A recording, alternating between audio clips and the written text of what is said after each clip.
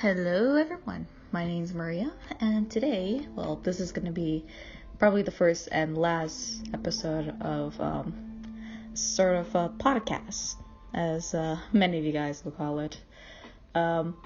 This is going to be mainly about historic movements. Now, when it comes to historic movements, especially doing this project because of a certain teacher of mine, near and dear, has assigned us to do something of our own research, essentially, and do it on a life-changing movement in history. And, mine's a bit unconventional, I like to say. Many people would know, many people won't, or it's been under-talked about, or I don't know, of sorts. But the movement I would like to be talking about is the Antiwar movement of the 1960s. Now, looking into this research, it came to mind of a lot of stuff. Some parts of my essay which didn't really capture the whole thing. Well, most of it did, but some of the things not many people would notate is that it was pretty diverse in its own way, since this is something that most people who, during the 60s, when there was all these different movements coming about, whether it be women's rights, the civil rights movement, all this stuff. When it comes to that sort of thing, the one thing that can also cross over between them all is the anti-war movement.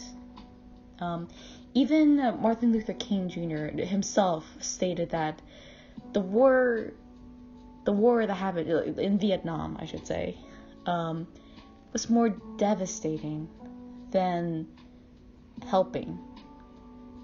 That it's taken away everything from our own into another place, which is away, and even more, where it's taking these people and sending them into a fight not even worth fighting.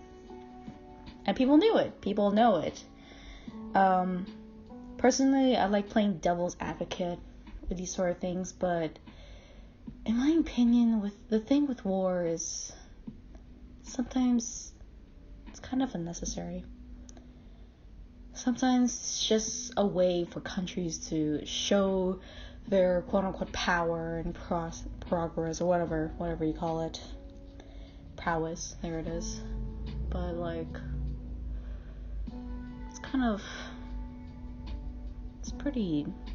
it gets to places where years later people find the real reason why the country went to war in the first place, and it's like a "are you kidding me" moment. Because you have to realize how many people died both sides. Some more devastating than others. Some excruciatingly painful to do. Others, it didn't even have to happen. And I guess that's why I wanted to write this thing. Wanted to write about the anti-war movement, because I feel like during our time right now, this uncertainty that we're in the middle of, it's terrifying. And the way it's kind of going, most of us can't really help but think the worst, I guess. But at the end of the day, I don't think any of us want the worst to happen. And we'll want to avoid that as much as we can. Find some sort of ground, something along the lines of it. But it's getting harder and harder to see that with every passing day that's happening. And guess that's about it. When it comes to looking back at the anti-war movement, people have been taking stances for years. People have been wanting to protect each other from probably one of the worst things anyone can really go through. Because to me, to fight in a war is something indescribable, I'd like to say. Sure, we've seen them in movies and how in some it seems glorious, but underneath it, it's so much pain, so much suffering. It's a never-ending fight, in a way, as even people outside of it still continue feeling that they're in the middle of that. And I don't know what's a more terrifying thought, I should say. The fact that it never leaves anyone once they're in it, or the fact that some people were forced to go just because it was a requirement, and they were forced to never leave that place, essentially.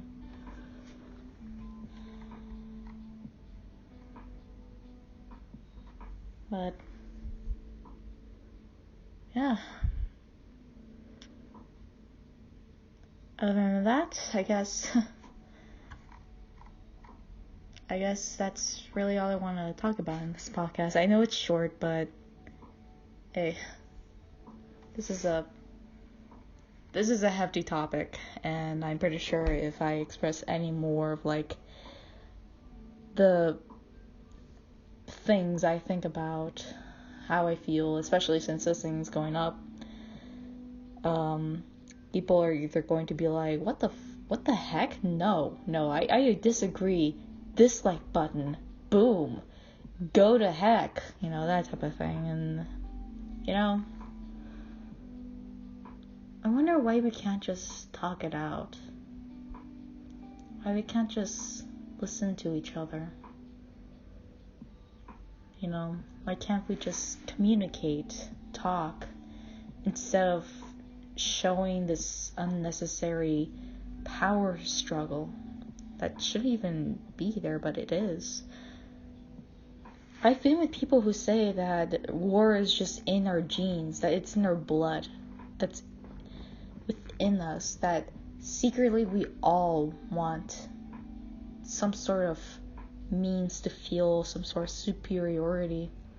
I've heard people say the opposite, where we shouldn't do that to each other, since at the end of the day, all we have are each other in this place, this land that we're kind of forced to kind of live in because there's no other choice. And I think we should just try to understand, try to know what's going on. And if something just doesn't sit right, then explain why. Talk about it. Don't just say it's bad because it's bad, or it's good because it's good. Not everything's in black and white. It's all such a gray blob that sometimes it's just hard to even have an opinion. And I feel like that's what I struggled with the most in my essay, is trying to find an opinion to stick with, I guess. Because it's so complicated, especially now.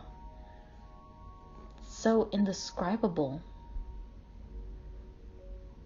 But to reiterate, my stance on war is mainly it's preventable, and most of the time, especially now, it's unnecessary. We live in an age where we have to look up to these people who are supposed to talk it out with each other, express, try to understand each other. But if everyone just chooses not to, then we're in trouble. We're in so much trouble. Because while it's understandable that these leaders are harboring so much stress over themselves with millions of lives on their hands that they need to guard,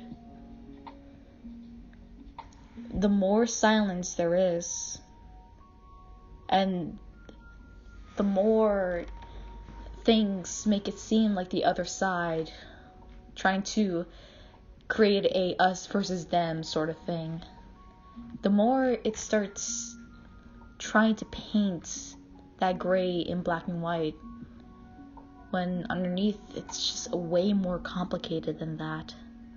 And if we don't take the time to really piece together the whole narrative, the whole story, the whole piece of history that's so detrimental to prevent something so dire, then the more lives are lost, is what I fear.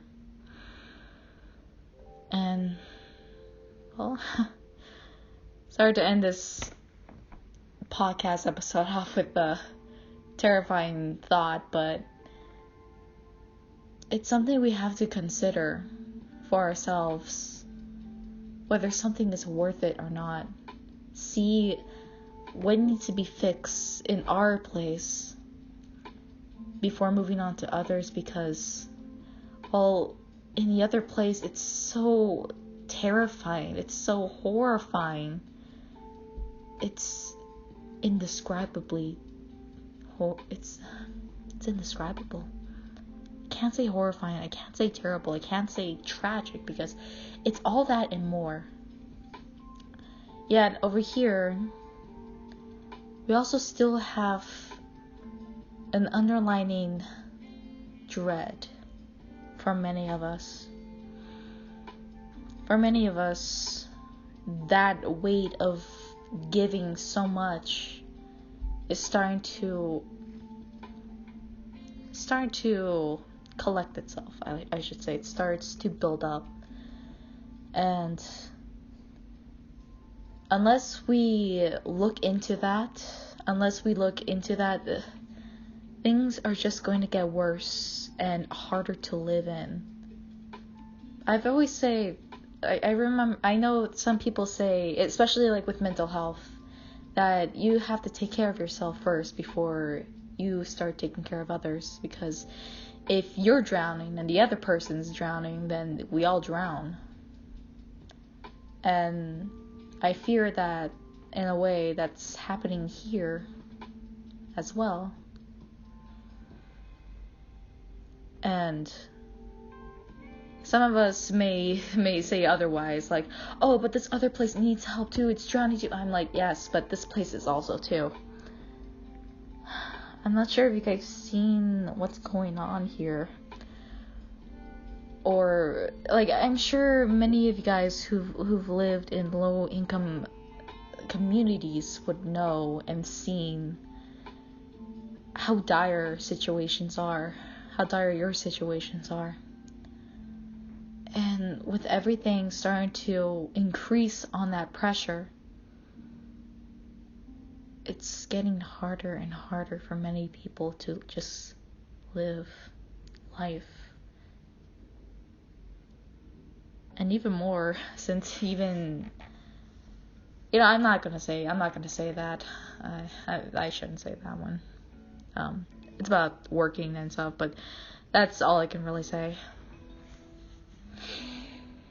But yeah,